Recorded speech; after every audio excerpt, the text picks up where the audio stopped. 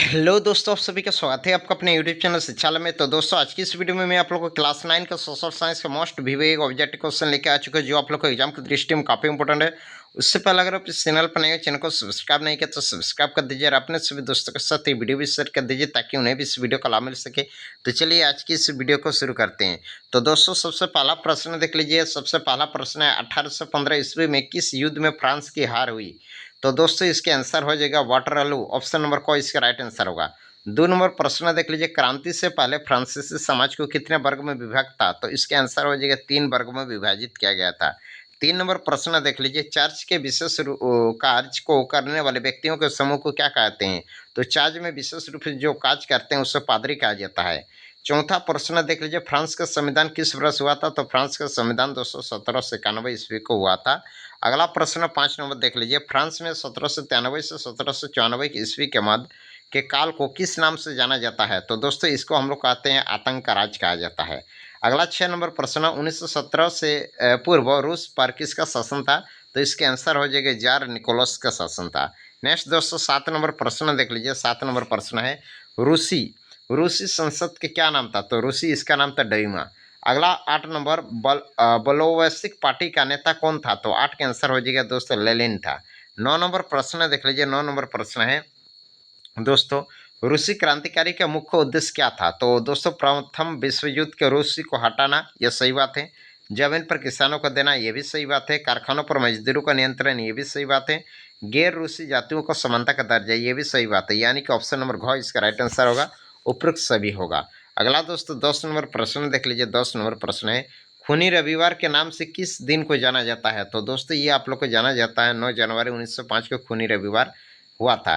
अगला 11 नंबर प्रश्न, भारत के क्षेत्रफल विश्व के कुल क्षेत्रफल का कितना प्रतिशत है? ये दोस्तों 2.4% है।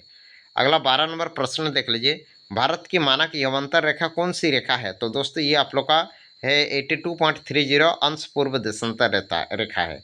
13 नंबर, कर्क रेखा किस राज्य से होकर नहीं गुजरती है? नहीं वाला देखना है। तो यहाँ पे दोस्तों उड़ीसा होती है जो आप लोग का कर्क रेखा नहीं गुजरती है। बाद बाकी गुजरात, झारखंड, मध्य प्रदेश इसमें गुजरती है। अगला क्वेश्चन देख लीजिए। 13 नंबर हो गया। नेक्स्ट 10 से 14 नंबर प्रश्न देख लीजिए। विश्व का सबसे ऊंचा पर्वत माउंट एवरेस्ट किस देश में है? तो दोस्तों, माउंट एवरेस्ट की ऊंचाई 8,848 है। तो दोस्तों, ये आप लोग को पाया जाता है नेपाल में पाया जाता है। तो 14 का आंसर हो जाएगा ऑप्शन नंबर गो। 15 नंबर प्रश्न देख लीजिए। एक स्थलीय भाग जो 3 ओर से समुद्रों से घिरा है उसे क्या कहते हैं? तो उससे प्रायद्वीपीय कहते हैं। 16 नंबर प्रश्न देख लीजिए। बाढ़ वाले मैदानों के नए सिरे तथा युवाओं निक्षेपों को किस नाम से जाना जाता है? तो दोस्तों, इसे हम लोग खादान नाम से जानते हैं। ऑप्शन नंबर गो इसका राइट आंसर होगा। 17 नंबर प्रश्न देख लीजिए। गोवा के दक्षिण में स्थित पश्चिम तटीय पट्टी को किस नाम से जानते हैं? तो दोस्तों, इसे हम लोग कन्नाड नाम से जानते हैं। अगला 18 नंबर, किस द्वीपीय का निर्माण प्रबल भित्ति से हुआ है? तो इसका राइट आंसर हो जाएगा लक्षद्वीप होगा। नेक्स्ट दोस्तों 19 नंबर प्रश्न देख लीजिए। विश्व का सबसे बड़े अपवाद द्रोणी किस नदी का है? तो इसका दोस्तों आंसर हो जाएगा अमेजन नदी। 20 नंबर, कौन सी नदी अरब सागर से गिरती है? तो दोस्तों, इसका आंसर हो जाएगा नर्मदा नदी अरब सागर से गिरती है। अगला दोस्तों 21 नंबर प्रश्न है दोस्तों पालमपुर। दोस्तों पालमपुर, यहाँ पे पालमपुर है। पालमपुर गांव में कितने प्रतिशत जनसंख्या अपनी आजीविका के लिए कृषि पर आश्रित है? दोस्तों, पालमपुर में 75% कृषि पर निर्भर है। अगला प्रश्न, खरीफ फसल की अवधि क्या है? दो खरीफ फसल जैसे धान और धान, मक्का ये सब आती है। तो ये दोस्तों जून से अक्टूबर के बीच होती है। ऑप्शन नंबर ए को इसका राइट आंसर होगा। 23 नंबर, हरित क्रांति के संबंध क्या है? तो हरित क्रांति दोस्तों खाद्यान्न के उत्पादन से है, यानी कि धान उत्पादन से होगा। अगला 24 नंबर प्रश्न देख लीजिए।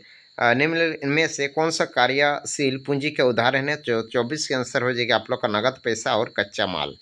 25 नंबर देख लीजिए। निम्नलिखित में से कौन एक गैर कृषि क्रिया है? तो इसका राइट आंसर हो जाएगा दोस्तों खाद और बीज की बिक्री हो जाएगा।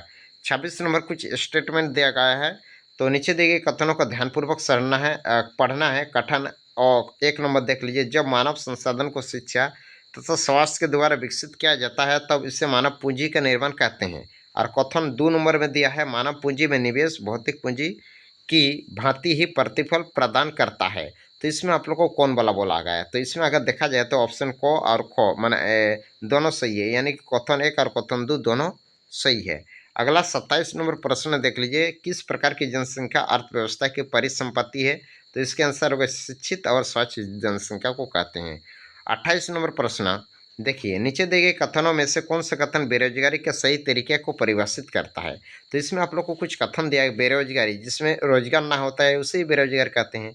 यानी कि जब प्रचलित मजदूरी के दर पर काम करने वाले इच्छुक व्यक्ति को रोजगार नहीं मिलता, इसी को कहते हैं बेरोजगार। तो 28 का आंसर हो जाएगा ख नंबर। 29 नंबर प्रश्न देख लीजिए, प्राथमिक शिक्षा में नामांकन के लिए कौन सा कार्यक्रम चलाए गए हैं। तो इसके आंसर हो जाएगा दोस्तों सेतु पर पाठ्यक्रम भी चलाए गए हैं और स्कूल लोटो भी चला गया, यानी कि ऑप्शन नंबर क और ख दोनों हो जाएगा आंसर। 30 नंबर क्वेश्चन देख लीजिए, मौसमी बेरोजगारी की क्या तात्पर्य है। मौसमी जो एक खास मौसम में बेरोजगार होते हैं। तो इसका आंसर जब कुछ वर्ष के कुछ महीनों में रोजगार प्राप्त नहीं होता है। तो ऑप्शन नंबर ग इसका राइट आंसर होगा। 31 नंबर प्रश्न, लोकतांत्रिक का शाब्दिक अर्थ क्या है। लोगों का शासन को ही लोकतांत्रिक कहते हैं। अगला दोस्तों 32 नंबर प्रश्न देख लीजिए, इनमें से कौन लोकतंत्र की विशेषता नहीं है, नहीं वाला सेलेक्ट करना है। तो इसके आंसर हो जाएगा एक ही राजनीतिक दल का शासन दोस्तों होगा। 33 नंबर प्रश्न देख लीजिए, इनमें से कौन सा कथन गलत है। गलत वाला आप लोग को सेलेक्ट करना है। तो अगर देखा जाए तो गलत वाला आप लोग को ऑप्शन नंबर ग हो जाएगा गलत, काहे कि लोकतंत्र शासन का एक रूप है, इसमें वंशागत शासन चलाया जा सकता है, इसमें वंशागत शासन नहीं होता है दोस्तों। 34 नंबर, इनमें से कौन सा तर्क लोकतंत्रों के लिए अच्छा नहीं है, नहीं वाला सेलेक्ट करना है। तो आप लोग ऑप्शन देख लीजिए, स्टेटमेंट क में ये है, ख में ये, गो और ये घ। तो इसका राइट आंसर हो जाएगा घ, लोकतंत्र नागरिकों को सम्मान नहीं बढ़ाता है। तो दोस्तों ये सम्मान बढ़ाता है। 35 नंबर प्रश्न, पाकिस्तान में जनरल परवेज मुशर्रफ को कब सैनिक तख्तापलट की अगुवाई किया गया। तो दोस्तों इसका आंसर आ जाएगा 1999 ईस्वी को हुआ था। 36 नंबर प्रश्न, दक्षिण अफ्रीका कब स्वतंत्र हुआ था। ये मोस्ट इंपोर्टेंट क्वेश्चन है, 1994 में हुआ था। 37 रंगभेद की नीति इनमें से किस देश में प्रचलित थे। तो दोस्तों दक्षिण अफ्रीका में थी। 38 भारतीय संविधान सभा में कुल सदस्यों की संख्या कितनी है, 299 है। 39 नंबर और 40 नंबर प्रश्न देख लीजिए, 39 से लोकतंत्र संविधान में इनमें से कौन सा प्रावधान नहीं होता है। तो इसके आंसर हो जाएगा शासन प्रमुख का नाम नहीं होता है। लास्ट 40 नंबर, भारतीय संविधान सभा में किस दिन अपना काम पूरा कर लिया गया। तो इसके आंसर हो जाएगा 26 नवंबर 1949 को पूरा कर लिया गया।